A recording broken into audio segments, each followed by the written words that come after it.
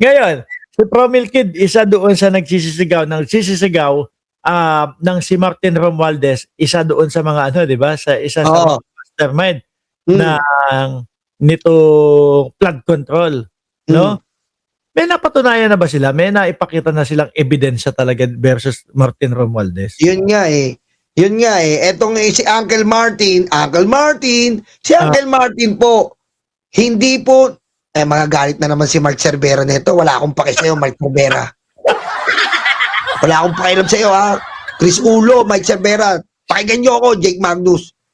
Si Uncle Martin nakikipagtulungan sa ICI, anuman investigasyon, ah, nag-resign siya si speaker para matigil ang gulo. Ha?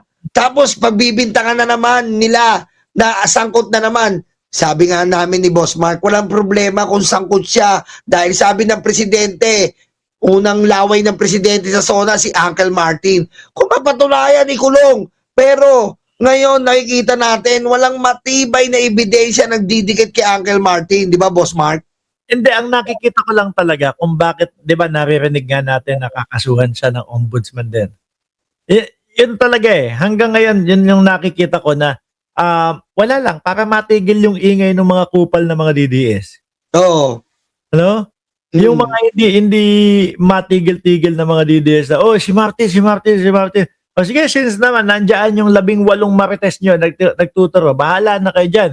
Sampa namin ng kaso, pagdating sa piskal, kung sumabla yan, kayo na bahala. Tama. Ayan nga eh. Kasi nga, bintang kayo ng bintang. Ayan. Ha? Inaccept ngayon ng ombudsman ang inyong puro aligasyon. At ako, hindi naman tayo bobo katulad ng mga DDS, Boss Mark, na naniniwala tayo sa karakas ng 18 kargador, malamang sa alamang na bagoong ligwak yan. Di ba? Wala eh. Di ba nga yung falsus unos, falsus omnibus? Mali, isang mali na lahat. Tama, falsus unus, falsus diablitos, falsus demonios, di ba? Pag nagsinungaling ka sa una, ha? Sinungaling ka na buong istorya. Aray ko. Ilan na ba yung sinungaling yung sinabi ng ng 18 marites? Ito, sample na lang po. Nung lab na lab pa nila si Loren Legarda, ayan nung hindi pa nila kaalyado si Loren Legarda, abay, sinama si Loren Legarda, nag-deliver daw. At nung wala na si Loren Legarda, nasa oposisyon na, aba, si Loren Legarda ay inabsuelto. Ang sinama si Quezon. Di ba? Ganun po ba yun? Magre-retract ba yun? We gonna retract our statement so that it will be favor in other side? No, Your Honor, Mr. Chair. Yung kay Kiko Pangilinan. Si Kiko Pangilinan, natakot sila dun Boss Mark eh. Kinonta ako ni Ate Sawi. Sabi ni Ate Sawi sa akin, Yolo, ayusin mo yan, babalutin ko yan. Hindi, nakita ko doon. Ito yung nakikita ko doon eh, no? Kasi nga pinapa-imbestigahan o iniimbita sila ni Erwin Tulfo doon sa Blue Ribbon Committee na bago. Ngayon, siguro para hindi sila maimbitahan, request nila, kailangan si Erwin Tulfo mag-inhibit kasi napangalanan namin yan na nasa or may nakuha maleta yan. Nabanggit doon ni Erwin Tulfo, okay lang po, mag-i-inhibit ako, no? Nandiyan naman po, hahalili si Kiko Pangilinan. Kaya kinabukasan, bigla silang may ililabas na video. Dinikit. Hindi man sinabi yung pangalan ni Kiko Pangilinan na nakatanggap ng maleta. Pero ikaw, ano unang impresyon na maiisip mo nun? Sinisiraan na kagad si Kiko Pangilinan. Di ba? Kasi parang eto yung mga nakalinyang dideliveran. Out of nowhere, lalabas si Kiko Pangilinan. Ano yung commercial? Sinasama nyo, tanga. Di ba? Yung tipo bang, eto, iisa-isayin namin. Kapag ka etong mga ito, hindi tumugma o hindi umayon sa gusto namin, sama to sa Maano rin mga engot din, akala nila tanga-tanga yung mga lahat ng tao katulad ng DDS eh. O, di ba Oh, yung isang congressman na sinugod sila doon sa ano nila? Oo, yun. Oh, DDS yun, Boss Mark. DDS yung congressman na yun. si Jose Alvarez. Oh, Oo, DDS yun. Naniniwala yun talaga kay Digong sa father side oo. Naniniwala kay Digong pero nabana sa kanila dahil talagang pinagbintangan nila hindi nila alam papalag. Pinuntahan sila doon. Pagpunta doon si Marcoleta umalis na parang tuta. Umalis hindi niya hinarap. Niratrat sila. Paanong nandun ako nasa meeting ako? Paanong nakatanggap ako? Sana nga nakatanggap ako Oh, mas ayos yun. Wala naman Oh. Yun naman, ang sinabi niya, pinadalan ako nung kampo ni Mike Defensor. Mm.